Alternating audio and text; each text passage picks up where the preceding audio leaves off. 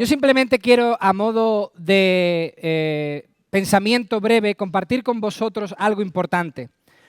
Una de las tradiciones que a mí más me gusta de la Navidad, una de las cosas que a mí más me encantan de la Navidad es el portal de Belén. El portal de Belén me parece algo precioso, me parece algo muy nuestro, me parece algo que encarna como nadie o como nada lo que es la auténtica Navidad. Encarna lo que se celebra en estas fiestas mucho mejor que el árbol y mucho mejor que un polvorón o un mantecado. El portal de Belén encarna mejor que nada lo que hoy estamos celebrando. Algunos portales de Belén son pequeños, se ciñen exclusivamente a María, José, el niño y algunos animales. Y son un adorno precioso para tener en muchas de nuestras casas. Otros son enormes.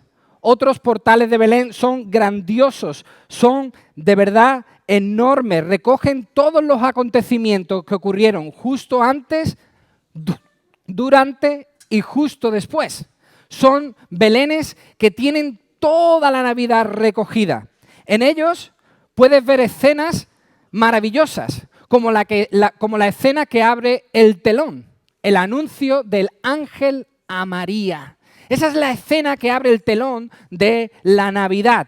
Lo leemos en Lucas capítulo 1, versículos 26 al versículo 38. El ángel le dice a María: has hallado gracia delante de Dios. ¡Qué maravilla! El Señor le dice a María: has hallado gracia. El favor de Dios está contigo. Concebirás en tu vientre y darás a luz un hijo y llamarás su nombre Jesús. Este será grande y será llamado Hijo del Altísimo. El Señor Dios le dará el trono de David su padre. El santo ser que va a nacer será llamado Hijo de Dios. Así comienza, así se abre el telón de la Navidad. Y en muchos belenes que recogen todo el escenario, lo primero que nos encontramos es esa luz, esa presentación del ángel delante de María para decirle: María, vas a tener un hijo y el hijo que vas a tener es el Salvador del mundo.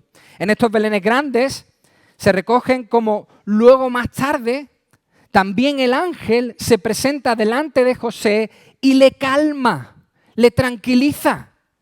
Pues estaba un poco molesto por la noticia de que su futura mujer se había quedado embarazada y el niño no era suyo. Eso nos lo cuenta Mateo capítulo 1, versículo 18 al versículo 25. Dice que pensando él en dejarla, él la amaba mucho y como la amaba tanto, no quería que tuviese algún problema y quería dejarla en secreto, que nadie se enterase y así podía guardar la reputación de María y su bienestar. Y pensaba él en dejarla porque ella se había quedado embarazada y el niño no era suyo. Dice que pensando él en esto, dándole vueltas a la cabeza, un ángel del Señor se le apareció en sueños y le dijo: José, hijo de David, no temas. ¡Qué maravilla! No temas recibir a María por mujer. ¿Por qué? Porque lo que en ella es engendrado viene del cielo. Del Espíritu Santo es. Dará a luz un hijo y le pondrás por nombre Jesús, porque él salvará a su pueblo de sus pecados. Y eso es lo siguiente que se ve en el portal de Belén. El anuncio del ángel a María, después el anuncio del ángel a José, y algunos belenes escenifican también, si son muy precisos, la visita después de María a su pariente Elizabeth. María embarazada va a visitar a su pariente Elizabeth y nada más entrar por la casa, dice Lucas capítulo 1, versículo 39, que Elizabeth dijo: bendita tú entre todas las mujeres y bendito el fruto de tu vientre, porque dice ella: ¿por qué se me concede esto a mí? Que la madre de mi Señor venga a mí. Porque tan pronto como llegó la voz de tu saludo, tan pronto como entraste, María, en mi casa y escuché tu saludo, la criatura saltó de alegría en mi vientre. El bebé que yo también tengo en mi vientre, esto es Juan el Bautista, saltó de alegría nada más que te oyó. Algo he sentido en mi interior. Dice Elizabeth: bienaventurada la que creyó. ¿Por qué? Porque se cumplirá lo que fue dicho de parte del Señor. Elizabeth viene a decir: lo que Dios prometió se ha cumplido. La promesa del Señor ha llegado. lo que el Señor había dicho, que vendría un Salvador, por fin está con nosotros. Entonces José y María vemos que se unen. Y vemos como también nos cuentan los portales de Belén y también, por supuesto, la Biblia, que después que ya pasaba el tiempo, el emperador romano decidió hacer un censo, o sea, contar a la población. Cada persona debía ir a su lugar de origen. Y como José era de Belén, tenía que ir a Belén. La gente piensa que fue por el censo, pero hemos leído en la cuarta vela de Adviento que fue porque así lo decía la profecía de Miqueas, que en Belén debía nacer el Salvador. Por lo tanto, ¿qué hace José? José, como tiene que ir a Belén y decir, somos 2,5, porque mi mujer está embarazada y a punto de dar a luz. Por lo tanto, somos casi 3. Tenía que decir el número de personas que formaban parte de su familia. Pues se desplaza a Belén. ¿Y qué ocurre cuando llegan a Belén? Todo el mundo lo sabe, ¿verdad? Cuando llega a Belén, María se pone de parto. El niño ya venía. Y como todo el mundo que era de Belén había viajado a Belén para decir cuántas personas formaban parte de su familia, no había lugar en ninguna posada. José y María empiezan a buscar sitio, empiezan a buscar un lugar, pero no lo encuentran. Y entonces terminan en un pesebre, lo que hoy conocemos nosotros como el portal de Belén. Terminan en un pesebre. Ahí llega el Salvador del mundo. Dios encarnado nace entre animales. Es puesto sobre paja. Esa es su primera cuna. Un establo es su primera habitación. Ahí se encuentra Jesús y ahí nace el Salvador. Por supuesto, ahí entonces ocurre, en Belén, en las cercanías de Belén, ocurre una de las escenas más buscadas en un portal de Belén.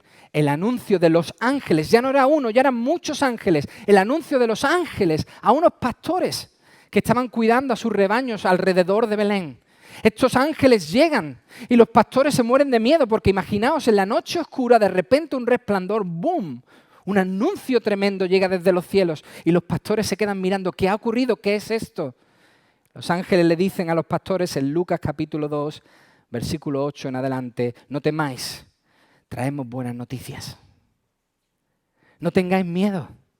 Os doy buenas de gran gozo. Buenas que serán no solo para vosotros, sino para todo el pueblo. Os ha nacido hoy en la ciudad de David, en Belén, un Salvador, que es Cristo el Señor. El anuncio más glorioso que se ha dado a la humanidad es este: ha nacido el Salvador. ¿Y qué hacen los pastores? Los pastores corriendo van a donde le han dicho. Y cuando llegan a ese pesebre y ven al niño, no se desilusionan, no se entristecen, no empiezan a decir, para esto hemos venido. No. Dice que cuando llegan, lo ven, le adoran. Entienden que ha nacido el Salvador. Incluso algunos belenes detallan un poco más la historia de la Navidad. Detallan cómo los padres de Jesús le llevan al templo y allí se encuentran la primera de muchas sorpresas que iban a tener con ese bebé. Poco después, pocas semanas después, 41 días exactamente después del nacimiento de Jesús, los padres van al templo cumpliendo con la ley y allí se encuentran con la primera sorpresa. Les sale a su encuentro un hombre que no conocían. Un hombre que había estado en el templo muchos días. Un hombre que el Señor le había prometido que no iba a morir sin ver al Salvador. Y cuando ellos entran, este hombre entiende por el Espíritu Santo de Dios que ese niño que va por ahí es el Salvador. Por lo tanto, Simeón, así se llamaba, se acerca a José y a María y le dice, dejadme al niño. Le dice, ahora, Señor, despides a tu siervo en paz, conforme a tu palabra. ¿Por qué? Porque han visto mis ojos tu salvación. La tengo en mis brazos, la cual has preparado en presencia de todos los pueblos. Atentos a esto, luz para revelación a los gentiles, para nosotros, y la gloria de su pueblo Israel. Dice la Biblia que María y José se quedan atónitos diciendo, verdaderamente lo que se nos dijo es realidad. Pero ahí no acaba todo, porque en ese mismo instante dice la Biblia que una señora llamada Ana, Cuando ve a Simeón adorando al Señor porque ha llegado el Salvador, Ana, presentándose en esa misma hora, daba gracias a Dios y hablaba del niño a todos los que esperaban la redención de Israel. Ana decía, este que ha nacido es el Salvador. Y por supuesto, nunca falta la guinda del pastel en un Belén. La visita, tiempo ya después, de los sabios, de los magos de Oriente. Esta visita la hacen primero los sabios a Herodes. Estos son guiados por una estrella, pues se dedicaban a observar el cielo, se dedicaban a mirar las estrellas y de repente ven una estrella que no es normal, una estrella que nunca ha estado ahí, una estrella diferente que se va moviendo y les va guiando y les lleva hasta Jerusalén. Y por lo tanto ellos van al palacio, son atendidos por el rey, por Herodes, y le preguntan a Herodes en Mateo capítulo 2, versículo 1, ¿dónde está el rey de los judíos que ha nacido? ¡Wow! Esto tuvo que sentarle a Herodes un poquito regular. ¿El rey soy yo? ¿Cómo que el rey? Y estos sabios llegan y dicen, ¿dónde está el rey que ha nacido? Pues su estrella hemos visto en el oriente y venimos a adorarlo. Ellos habían entendido que el que había nacido era el Salvador y por eso venían a adorarlo. Herodes maquina un plan, ellos, por el Espíritu Santo, se enteran del plan y ¿qué hacen? Dice que posteriormente van donde estaba el niño y nos dice la Biblia que al entrar en la casa, no en el portal de Belén, al entrar en la casa, ya había pasado un tiempo, vieron al niño con María, su madre, y postrándose, lo adoraron. Luego, abriendo sus tesoros, le ofrecieron presentes, oro, incienso y mirra. Pero ¿sabéis una cosa? Estas figuras representan una realidad. Todas esas figuras, todas esas escenas que vemos en un portal de Belén representan una realidad. El Belén, hermanos, amigos, no es un invento. El Belén no es una campaña de marketing del Corte Inglés o de Coca-Cola. No. El Belén es un hecho histórico. Lo que representa un portal de Belén es el acontecimiento más grande que ha vivido la humanidad, la llegada de Dios, Dios encarnado. Representan hechos reales que ocurrieron a personas reales alrededor del nacimiento del Salvador Jesús. Y todos estos acontecimientos, detallados cronológicamente como yo he hecho esta mañana para vosotros, representan toda la escena de Navidad. Todo eso representa la Navidad. ¿Cuánto contenido hay en un Belén? ¿Verdad? Muchísimo. Se puede ver el relato completo y fidedigno de la Navidad. Es una gozada ver un Belén grande donde te encuentras todas estas escenas. Yo estoy seguro que a partir de ahora, todos vosotros cuando veáis un Belén, ya no lo vais a ver igual. Porque no son figuras, representan algo histórico. Pero ¿sabéis qué tienen en común todos estos personajes que vemos en el Belén? ¿Sabéis qué tienen en común José, María, Elizabeth, los pastores, Simeón, Ana, los sabios de Oriente? ¿Sabéis qué comparten todos ellos? Que todos ellos oyeron de una u otra forma el mensaje de la Navidad y creyeron en él. Eso es lo que une a todas estas personas en el portal de Belén. Que oyeron el mensaje y creyeron en él. Todos ellos creyeron el mismo mensaje. Todos ellos oyeron el mismo mensaje y creyeron en él. A todos se les compartió que el niño que nacía en Belén era el Salvador del mundo. Que había llegado a la humanidad el perdón, la misericordia, la gracia, el amor, la salvación, la luz y la esperanza de los hombres. Que había llegado a la humanidad el reino de Dios. Su reino se había acercado. Lo creyeron por fe. Todos ellos lo aceptaron en sus corazones y disfrutaron de la auténtica Navidad. Eso es lo que les une, que oyeron un mensaje, el mismo, y todos lo creyeron y disfrutaron de la auténtica Navidad. Lamentablemente, Tristemente, hubo otros que oyeron el mismo mensaje y no lo creyeron. Rehusaron creerlo. No quisieron creerlo. Herodes, los sacerdotes, y dice la Biblia en Mateo capítulo 2 que toda Jerusalén. Todos oyeron ese mensaje y hubo quien no lo creyó, quien no quiso creerlo, quien no quiso aceptarlo. Por eso dice Juan en el primer capítulo de su Evangelio que Jesús vino a los suyos, pero los suyos no le recibieron. Hoy, mi amigo, tú que nos visitas, tú que por primera vez quizás escuchas el relato completo de la Navidad, déjame decirte una cosa. Hoy el anuncio sigue siendo el mismo, pero más amplio. Sí, es igual, pero un poquito más amplio. ¿Por qué? Porque nosotros tenemos la ventaja de no solo oír que Jesús vino y nació, sino que vivió una vida plena, una vida perfecta, una vida completa y sin mancha, sin pecado, sin error. Que murió en una cruz, una muerte sacrificial por ti y por mí. Nadie le quitó la vida, Él la entregó por nosotros, Él la dio por nosotros. El regalo de la Navidad no es solamente que Jesús naciera, sino que entregara toda su vida hasta la última gota de su sangre por ti y por mí. Murió, pero al tercer día, dice la Biblia, que resucitó. Que venció a cualquier dominio que pudiese tener el mal, que venció a la propia muerte. Por eso hoy el anuncio es que Jesús nació, que Dios se hizo hombre, pero que habitó entre nosotros y vimos su gloria. Vimos cómo es Dios. El anuncio es que ese Jesús que resucitó ascendió a los cielos y prometió, no nos olvidemos, ese también forma parte del mensaje de la Navidad. Prometió volver algún día. Al igual que José, María, Elizabeth, los pastores, los sabios, Ana y Simeón creyeron y recibieron el mejor regalo de Navidad, la vida eterna.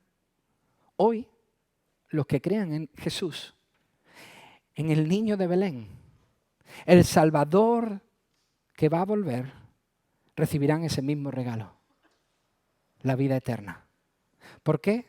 Porque el mensaje no ha cambiado. Y el amor de Dios tampoco.